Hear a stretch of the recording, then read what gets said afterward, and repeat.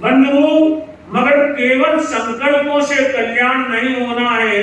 कल्याण तब होता है जब उन संकल्पों को, उन सपनों को, उन कल्पनाओं को, उन विचारों को साकार किया जाता है। मुल्ला नसरुद्दीन था और मुल्ला नसरुद्दीन के सर पर एक घी का घड़ा था और घी का घड़ा लेकर मुल्ला नसरुद्दीन जा रहा था। मन में एक विचार उठा, एक संकल्प उठा कि जब मैं सेठ को घी बेचूंगा, सेठ मुझे 500 रुपए देगा।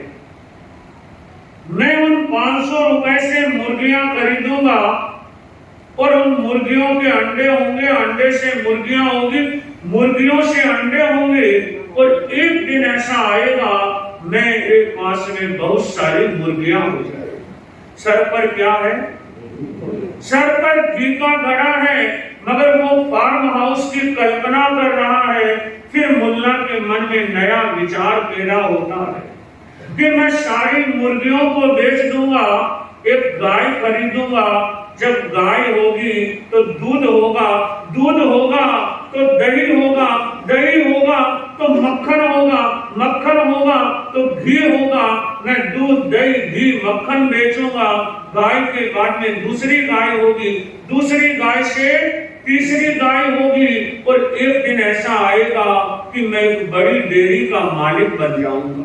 याद रखना, सिर पर क्या था? सर पर अभी तक घी का घड़ा ही है, मगर घी से मुर्गियां, मुर्गियों से अंडे, अंडों से मुर्गियां, मुर्गियों से गाय, गाय से दूध, मक्खन और घी तक मैं पहुंच गया और एक बड़ी डेयरी खोलने का सपना देखा। मुल्ला जैसे जैसे चल रहा था, मुझे लगता है शरीर तो रुक जाता है मगर विचार नहीं रुकता है। और पर्युषण महापर्व की साधना यह है कि हम विचार से निर्विचार की ओर जाएं, हम प्रवृत्ति से निवृत्ति की ओर जाएं। हम ये न भूलें कि जितना खाना जरूरी है उतना नहीं खाने का अभ्यास भी जरूरी है। जितना बोलना जरूरी है उतना नहीं बोलने का अभ्यास भी जरूरी है। जितना सोचना जरूरी है उतना नहीं सोचने का अभ्यास भी जरूरी है, क्योंकि प्रकृति संतुलन को पसंद करती है। आप कितने भी जल्दी में हो मगर दोनों पैर एक साथ उठाकर आप नहीं चल सकते। शरीर रुक जाता है, शरीर को रोका भी जा सकता है मगर विचारों को रोकना बहुत कठिन है। मुल्ला नसरुद्दीन सोच रहा था कि बड़ी डेयरी का मालिक बन जाऊंगा और एक दिन डेयरी बेच दूंगा, क्योंकि आजकल तो कंपनी बनाई जाती है, कंपनी को खड़ा किया जाता है और उस कंपनी को बेच दिया जाता है। मुल्ला नसरुद्दीन सोच रहा था कि डेयरी बेच दूंगा, बड़ा लंबा पैसा आएगा, एक कपड़े की दुकान खोलूंगा, आगे दुकान होगी, पीछे मकान होगा।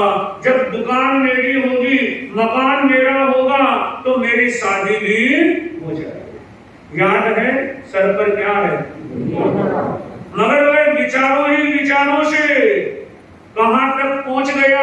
आगे दुकान होगी, पीछे मकान होगा, शादी भी हो जाएगी, शादी होगी तब बच्चे भी होंगे और बच्चे दुकान पर बुलाने के लिए आएंगे, पापा पापा चलो चलो मम्मी बुला रही है खाने को। और मैं उन बच्चों को कहूंगा हट हट हट, अभी बहुत काम है। वो मुल्ला भावना में इतना बह गया कि उसने बच्चों को जोर से ऐसे हट हट हट किया और वो एक हाथ घी के घड़े पर पड़ा और वह घी का घड़ा नीचे आकर, और जैसे ही घी का घड़ा नीचे आकर गिरा, घी मिट्टी में मिल गया। सामने वो सेठ खड़ा था।